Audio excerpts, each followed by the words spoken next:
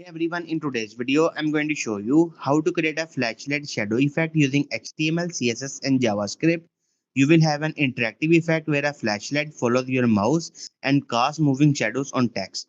Let's get started. In HTML, first we add a heading H1. Inside it, we put a span wrapper and then each letter of the word shadow is placed inside its own span.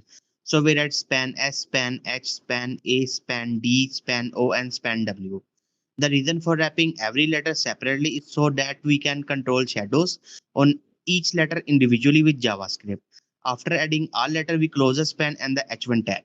After that, we create a div with the class name flashlight. This div will be the body of our flashlight.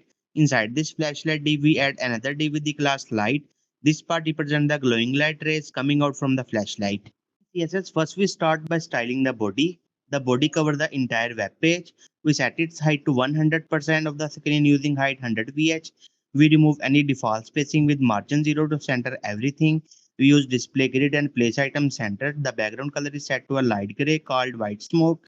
Finally, we hide the mouse pointer by writing cursor none, so only the flashlight will be visible instead of the normal cursor. Next, we style the main heading H1. We give it a clean font by writing font family sans serif.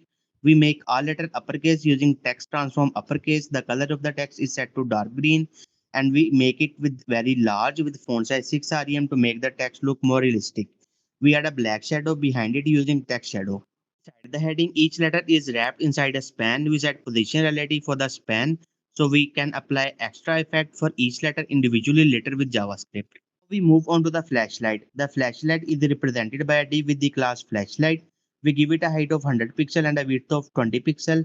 We make it absolutely position on the page. Its background color is black. We also set transform origin 50% 0%, which means the flashlight will rotate from the top center point just like how a real flashlight tilts from its head. Then we use pseudo element to design the flashlight head.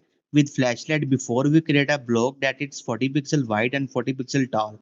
We position at the top of the flashlight and shift it to the center using transform translate minus 50%.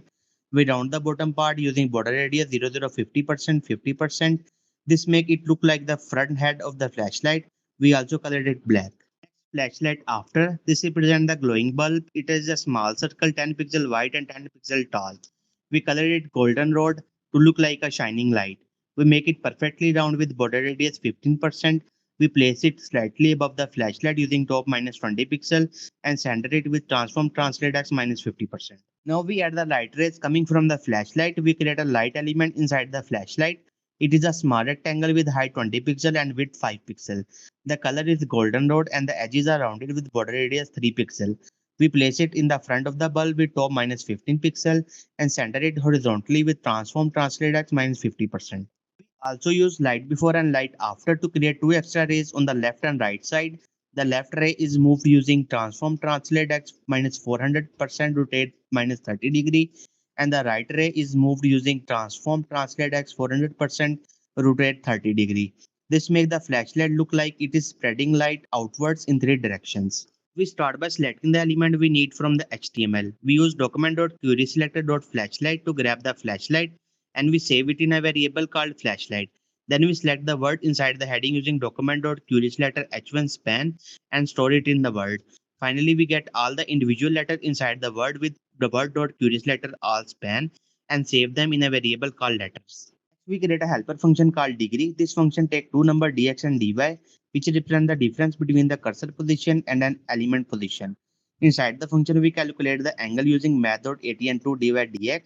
This gives us the angle in radians, so we convert it to degree by multiplying with 180 divided by math.pi. We also add 90 to make sure the flashlight rotates in the correct direction. This function helps us rotate the flashlight toward the mouse. After that, we create another function called getCenter. This function calculates the center point of any element. It uses getBounding client rect to get the client width, height, top, and left values. Then we return as object that give us the exact center x and y coordinates of that element. This will help us later when we want to find the center of each letter and the center of the whole world. We add an event listener to the window with add event listener. This means whenever the mouse moves, the code inside will run. Inside this event, we first find the center of the whole world by calling our getCenter function. We also get the current position of the mouse from the event E. Next, we move the flashlight to follow the mouse. We set its left tile to the X position of the mouse and its top tile to the Y position. This makes the flashlight appear exactly at the cursor location. Positioning the flashlight, we rotate it so that it's point toward the word. We calculate the difference between the center of the word and the cursor position. Then we use our degree function to find the angle. Finally, we set the flashlight transform property to rotate by that angle. This makes the flashlight tilt naturally toward the text. Comes the most interesting part, creating shadow for each letter. We loop through all the letter using letter dot for each. For each letter, we find its center position. Then we calculate how far the mouse is from that letter in both the X and Y directions. To make the shadow look realistic, we does not just add one shadow. Instead, we create many small shadows by slicing the distance into tiny steps. We use array.from to create 20 shadows. For each step, we calculate a small offset in the X and Y direction, then join them together as a text shadow string.